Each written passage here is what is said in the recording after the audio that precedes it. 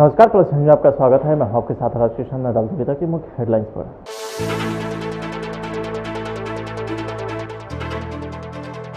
ताजा कांग्रेस के कई वरिष्ठ नेता बीजेपी में हुए शामिल।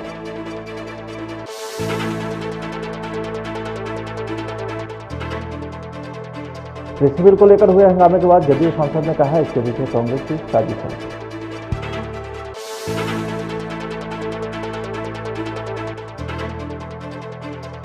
पथ निर्माण मंत्री मंगल पांडे महात्मा गांधी सेतु पुल के समानांतर बनने वाले पुल कार्य का किए निरीक्षण।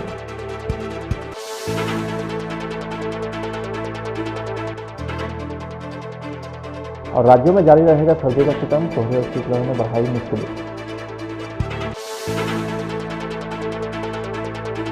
अब खबर विस्तार से। जदयू और बीजेपी में भर्ती प्रक्रिया बड़े पैमाने पर की जा रही है, जिसमें जदयू के बाद अब भाजपा ने भी कई बड़े नेताओं को पार्टी में शामिल कराया है। बीजेपी कार्यालय में आयोजित मिलन समारोह के दौरान राजद के कई बड़े नेता ने बीजेपी का दामन थामा है।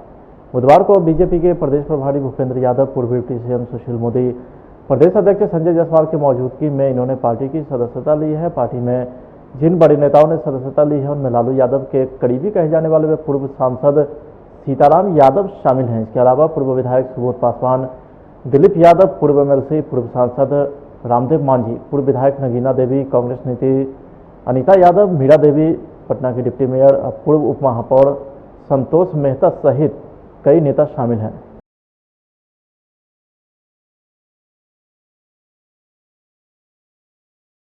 राजद में मची भगदड़ का बचाव करते हुए पार्टी प्रवक्ता मृत्युंजय तिवारी ने कहा है कि जो लोग पार्टी छोड़कर जा रहे हैं उनमें कोई परेशानी नहीं है। यह सारे नेता पार्टी से रिटायर हो चुके हैं। बीजेपी ऐसे रिटायर लोगों को अपना सदस्य बना रही है। उन्होंने कहा है कि राजद विधायक में किसी प्रकार की टूट नहीं है। नीतीश सरकार यह बताए कि उनके मंत्रिमंडल का विस्तार कब होगा।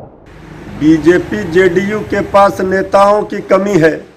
वो राजनीतिक लड़ाई हमसे नहीं लड़ सकते, इसलिए वो कुनबा बढ़ाने में लगे हुए हैं।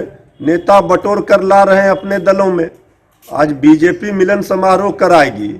ये सारे एक्सपायरी दवा हैं, इससे क्या होने वाला है? ये हमसे राजनीतिक लड़ाई नहीं लड़ सकते। चाहे ये जितना भी मिलन समारोह कराकर नेताओं को बटोर लें, जनता का साथ छूट चुका है। जनता ने साथ छोड़ दिया है। अब कुछ नेताओं को शामिल कराने से कोई लाभ होने वाला नहीं है। कोई निजी स्वार्थ में अगर इधर से उधर कर रहे हैं तो उसका कोई फायदा बीजेपी को मिलने वाला नहीं है। ये सरकार में जो लोग हैं अभी प्रलोभन देकर कुछ नेताओं को शामिल अपने दल में करा रहे हैं। ये तो दिख रहा है कि इनके पास नेता का अभाव है, इसीलिए दूसरे दलों पर आश्रित है। अगर गृह मंत्रालय के सूत्रों की माने तो लाल किला सहित दिल्ली के अलग अलग हिस्सों में उपद्रव की घटना को लेकर के वो बेहद गंभीर है। गृह मंत्रालय ने दिल्ली पुलिस सहित सभी पड़ोसी राज्यों की पुलिस को उपद्रवियों के खिलाफ सख्त कार्रवाई के निर्देश दिए हैं। इसी बीच दिल्ली में 26 जनवरी के हुए बवाल की जांच दिल्ली पुलिस की क्राइम ब्रांच करेगी। क्राइम ब्रांच इस मामले में शाम तक एसआईटी गठित करने वाली है, जो पूरे घटनाक्रम की जांच करेगी। इसके साथ ही गृह मंत्रालय के सूत्रों की माने तो शाम तक किसान संगठन को दिल्ली एनसीआर के सभी धरना स्थलों को खाली कराने का भी निर्देश जारी किए जाएंगे। अगर इसके बाद भी किसान संगठन नहीं मानता है तो सख्त एक्शन से इनकार नहीं किया जा सकता है। आपको बता दें कि 26 जनवरी की घटना के बाद दिल्ली पुलिस ने गृह मंत्रालय को जो इनपुट दिया है उसके मुताबिक अतिरिक्त सुरक्षा बलों की तैनाती का काम उपद्रवग्रस्त इलाकों में पूरा किया जा चुका है। कल जिन इलाकों में उपद्रव हुआ था वहां फिलहाल हालात काबू में है। उपद्रव में दिल्ली पुलिस के 230 जवान और अधिकारी घायल हो गए हैं, जिसमें बाहरी जिले में ही 78 पुलिसकर्मी घायल हैं। इसके बाद दिल्ली के अलग अलग हिस्सों में भी कई एफआईआर दर्ज हो रही हैं। दिल्ली में लाल किले पर कृषि बिल को लेकर हंगामे के बाद जदयू सांसद महाबली सिंह ने कहा है कि इसके पीछे कांग्रेस की साजिश है और उसने ही पंजाब के खालिस्तान समर्थक उपद्रवियों को आगे कर किसानों को मोहरा बनाने का काम किया है। वे रोहतास के डेहरी में पत्रकारों से बातचीत कर रहे थे। सांसद ने बताया कि जिस कृषि बिल के खिलाफ कांग्रेस किसानों के आंदोलन का हवा देने का काम कर रही है, उस बिल को लाने का कांग्रेस ने खुद अपने घोषणा पत्र में वादा किया, लेकिन अपने नीति सिद्धांत से भटक चुका कांग्रेस सिर्फ मोदी विरोधी के नाम पर देश को गुमराह कर रहा है। जब आप जब कोई काम करें तो वो गुमराह नहीं है। जब प्रधानमंत्री नरेंद्र मोदी और नीतीश कुमार कोई काम करते हैं तो गुमराह करने वाली बात है। ये जो बिल लाया गया पार्लियामेंट के अंदर, ये आज नहीं बना है। ये जब मनमोहन सिंह की जब सरकार थी उसी समय से इसकी तैयारी हो रही थी। और कांग्रेस आज जो हो हल्ला पूरे देश में मचाया हुआ है, पहले कांग्रेस ने ही इस बिल को लाने के लिए प्रयास किया, और जो चुनावी उसका घोषणा पत्र है, आज आप लोग देख लीजिए कांग्रेस के चुनावी घोषणा पत्र में ये चीज है कि अगर हम सरकार में आएंगे तो इस बिल को लाएंगे। आज जब नरेंद्र मोदी और नीतीश कुमार ने ये सब ला दिया तो कांग्रेस आज हो हल्ला देश में मचा रहा है। तो ये किसानों की हित की बात में रैली नहीं हो रही है, ये कांग्रेस किसानों की नाम पर उनके मुद्दे को लेकर देश में राजनीति कर रही है। आज जो ये बिल लाया गया है ये किसानों के हित में बिल है। ये चंद दो चार लोग जो मुट्ठी भर लोग जो हैं, जो किसानों को गुमराह करते थे, औने पौने दाम में ये मार्केटिंग खोल करके उनको ले रहे थे, वही आज छटपटा रहे हैं। यहाँ देश के 90-95% किसान इससे खुश है। खाली 5% पंजाब जो हरियाणा वगैरह के लोग जो मंडी जो लगा करके बैठे रहते थे, औने पौने दाम में जब किसान ले जाता था तो औने पौने दाम में माने खरीदते थे। अब तो उन लोगों को छटपटाहट हो रही कि ये मोदी क्या कर रहे हैं देश में। तो ये किसानों की बात नहीं है, कांग्रेस किसानों के नाम पर ये राजनीति कर रही है। और इस किसान के आंदोलन में कांग्रेस के साथ साथ जो पंजाब के जो खालिस्तान समर्थक लोग हैं, ये इन लोगों ने इतनी ताकत उसमें भूपेंद्र यादव ने मिलन समारोह की समाप्ति के बाद पत्रकारों से बातचीत में कहा कि कैबिनेट का विस्तार सही समय पर होगा, बातचीत चल रही है। भूपेंद्र यादव ने यह भी कहा कि कल जो दिल्ली में हुआ है उसकी हम घोर निंदा करते हैं। और अगर लोकतंत्र की सबसे बड़ी चुनौती, अगर इस देश के लोकतंत्र को खतरा पैदा हो रहा है तो दो तत्वों से हो रहा है। पहला, हमारे देश के लोकतंत्र को खतरा पहुंचा रहे हैं वो माओवादी विचारधारा, जिसके लिए मैं चुनाव में भी कहा करता था कि आरजेडी ने ये बहुत गलत काम किया है कि उन्होंने माओवादियों को बिहार में अपना गले लगाया। ये जो लाल झंडे का नारा लेकर के जो लोग आगे बढ़ते हैं, कल हमने देखा लाल झंडे के द्वारा किस प्रकार से गणतंत्र दिवस पे देश को शर्मनाक करने का काम कुछ लोगों ने किया। और मैं अब भी आपको ये कहना चाहता हूं कि बिहार को सबसे पहले इन लाल झंडे वालों से, जिनसे आरजेडी ने हाथ मिला रखा है, सावधान होने की आवश्यकता है। और दूसरा, देश के लोकतंत्र को सबसे बड़ी चुनौती परिवारवादी पार्टियों से भी है, और कांग्रेस ने इस बात को आगे बढ़ाने का काम किया।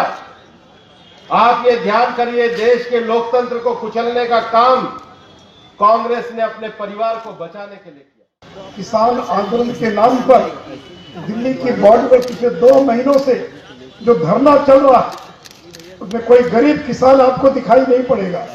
सूट बूट वाले, जूता, जीन्स, महंगी घड़ी पहने हुए, जिनके घरों में एयर कंडीशनर है, जो बड़ी बड़ी गाड़ियों पर चलते हैं, वो लोग धरना पर बैठे हुए। अगर ये 3 कृषि कानून अगर ये किसान विरोधी होता तो बिहार का किसान कभी सड़कों पर आपने देखा? यूपी का किसान आपने सड़कों पर नहीं देखा। फिर एक राज्य के किसान इस आंदोलन के अंदर सरकार का विरोध कर रहे हैं, और देश भर के किसानों को, और खास करके मैं बिहार के किसानों को धन्यवाद देना चाहूंगा जिन्होंने राजद कांग्रेस के भारत बंद को नकार दिया।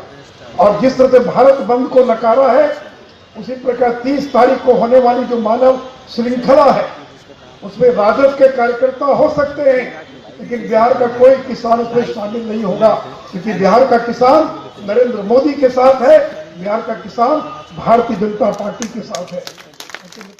पटना के महात्मा गांधी सेतु के समानांतर बनने वाले नई पुल कार्य का निरीक्षण करने पटना सिटी के गायघाट पहुंचे पथ निर्माण मंत्री मंगल पांडे, जहां पूर्व पथ निर्माण मंत्री नंदकिशोर यादव, मेयर सीता साहू समेत पथ निर्माण विभाग के कई अधिकारी मौजूद थे। तो वहीं मंगल पांडे पुल निर्माण कार्य में लगे नक्शा देखकर अधिकारियों से जानकारी भी लिए। तो वहीं पथ निर्माण मंत्री मंगल पांडे ने बताया कि इस पुल निर्माण में तकरीबन 1800 करोड़ रुपए की लागत आई है। तो वहीं इस पुल का निर्माण होने से पटना, वैशाली, सारण समेत कई जिलों के लोगों को जाम से मुक्ति भी मिलेगी।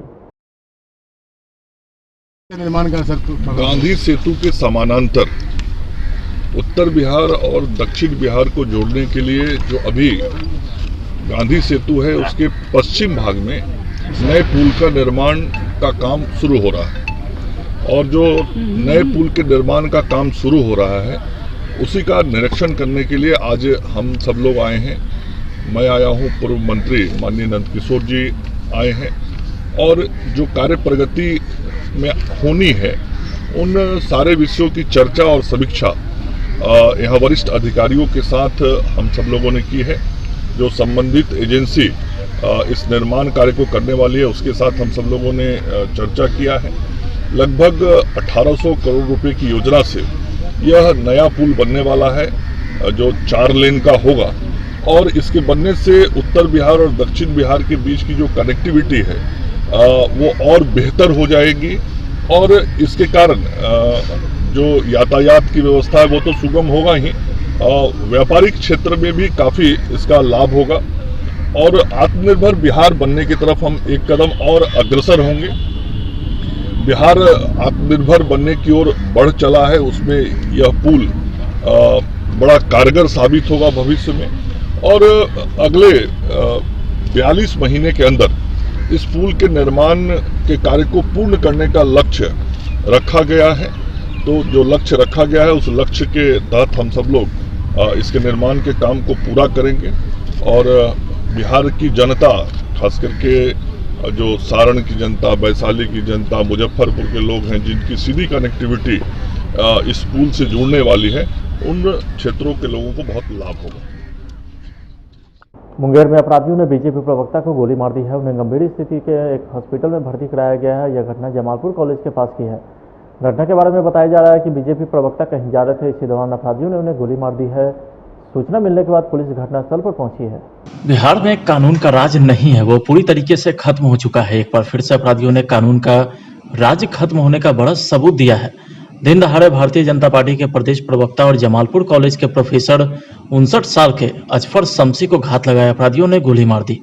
वारदात मुंगेर जिले में जमालपुर कॉलेज कैंपस के है। अपराधियों ने उन्हें टारगेट करते हुए सिर के साइड में गोली मारी है। उनके शरीर में 2 गोली लगी है, जिसमें से एक गोली कनपट्टी में लगने के बाद फंस गई। गंभीर हालत में उन्हें सदर अस्पताल ले जाया गया है, पर वहां पर उनका इलाज जारी है। तत्काल सीटी स्कैन भी किया गया, पर बेहतर इलाज और उनकी जान बचाने के लिए जल्द से जल्द पटना रेफर कर दिया जाएगा।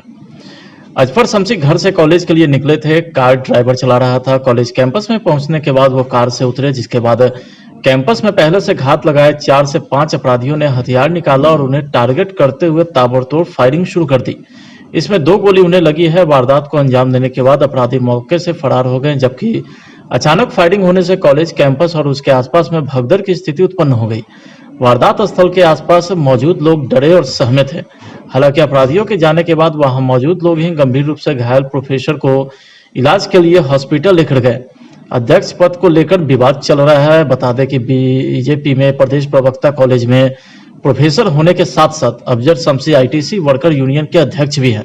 इस पद को लेकर के लंबे वक्त से विवाद भी चल रहा है। इससे संबंधित एक मामला हाईकोर्ट में भी पेंडिंग है। बड़ी बात यह है कि यूनियन के अध्यक्ष पद को लेकर के राजद के प्रदेश महासचिव पंकज यादव समेत कुछ दूसरे लोग विवाद चल रहा था। इन सबकी नजर भी अध्यक्ष पद पर है। प्रोफेसर के घर पर पहले भी हमला चुका है। पिछले साल कोरोना काल के दौरान ही आईटीसी ऑफिस के अंदर ही उनके ऊपर जानलेवा हमला भी हुआ था। फिलहाल आज की वारदात के बाद पुलिस चौकन्ना हो गई है और लगातार जांच पड़ताल में जुटी है। घुमाए गए वहाँ पे बहुत से लड़का लोग भी था। 2 फायर हुआ। 2 फायर हुआ, सब भागा। भागा तो उधर से वो प्रोफेसर आया, सब शीशे गिरे हुए, सबसे गिर। हम धां से गाड़ी रोके, तुरंत उतर करके दोनों मिलके गाड़ी में लोग किए। जब हम लोग से नहीं हो पा रहा था तो एक आदमी और आ गया जो भैंस चला रहा था, वो आकर के हेल्प करके गाड़ी में चलो जल्दी हॉस्पिटल। तो जब हम लोग हॉस्पिटल लेके जहाँ डायरेक्ट चले आए। अच्छा, मेरी बात भी हुई है वहाँ के हमारे अध्यक्ष हैं, शमसी जी ठीक हैं, और मेरी डीजीपी से भी बात हुई है इस सिलसिले में। चुनाव कानून व्यवस्था में वो खुद एसपी को उन्होंने बोला है। आपको नहीं लग रहा है सर कि शीघ्र ही वह कार्रवाई, जब सरकार के ही लोग सुरक्षित नहीं तो आम आदमी का क्या? आम आदमी और सरकार की कोई इसमें अंतर नहीं है। हर आम आदमी सरकार का ही आदमी है और हर सरकार का व्यक्ति बिहार का नागरिक है। इसमें कोई भेदभाव की बात नहीं है और सभी को सुरक्षा मिलनी चाहिए और सुरक्षा होनी चाहिए और पुलिस को त्वरित कार्रवाई निश्चित करना चाहिए। आपको लगता है लॉ एंड ऑर्डर ठीक है? मतलब कहने का law and order relative term होता है और लॉ एंड ऑर्डर की चिंता माननीय मुख्यमंत्री जी स्वयं कर रहे हैं और लगातार वह इस चीज की मॉनिटरिंग कर रहे हैं और ये सब चीजें जल्दी सॉल्व होंगी। और इंचार्ज भी हैं ललन प्रसाद सिंह करके, उनके साथ कॉलेज के हैंडओवर टेक ओवर को लेकर विवाद चल रहा था। उसी में ही आरोप लगाया है कि गोली चला है मेरे ऊपर, और उनको हम लोगों ने गिरफ्तार भी कर लिया है। अब उनकी पूछताछ की जाएगी और आगे का पूरा मामला है उसका अनुसंधान किया जाएगा। सर कितने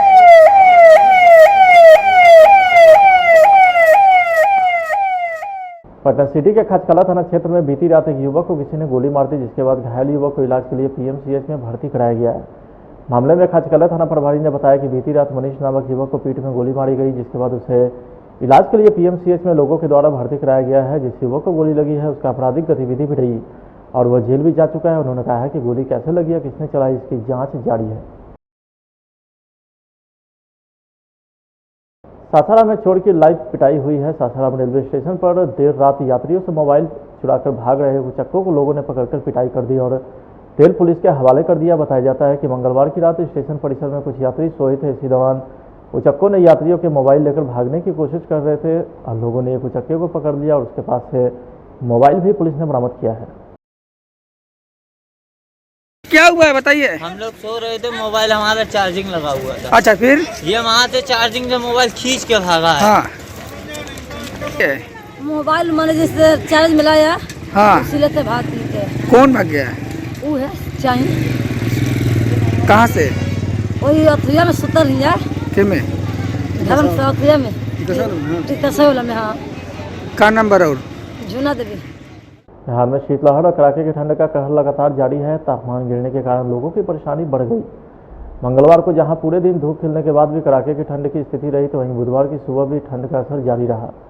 कुहासे और शीतलहर का बुरा प्रभाव लोगों की दिनचर्या पर भी पड़ा। बुधवार को सुबह से ही कुहासे का असर रहा, तो साथ में हाड़ कपकपाती ठंड भी पड़ रही। लोगों की गतिविधि कम हो गई है, जिससे लोगों के कामकाज भी प्रभावित हुए। राजधानी पटना समेत लगभग सभी जिलों में शीतलहर का प्रकोप बढ़ जाने से जनजीवन अस्त व्यस्त हो गया। वहीं घने कोहरे के कारण सड़क पर भी वाहनों की आवाजाही नहीं के बराबर हो रही। फिलहाल आज की खबरों में इतना ही। आप देखते रहिए प्लस न्यूज़। नमस्कार।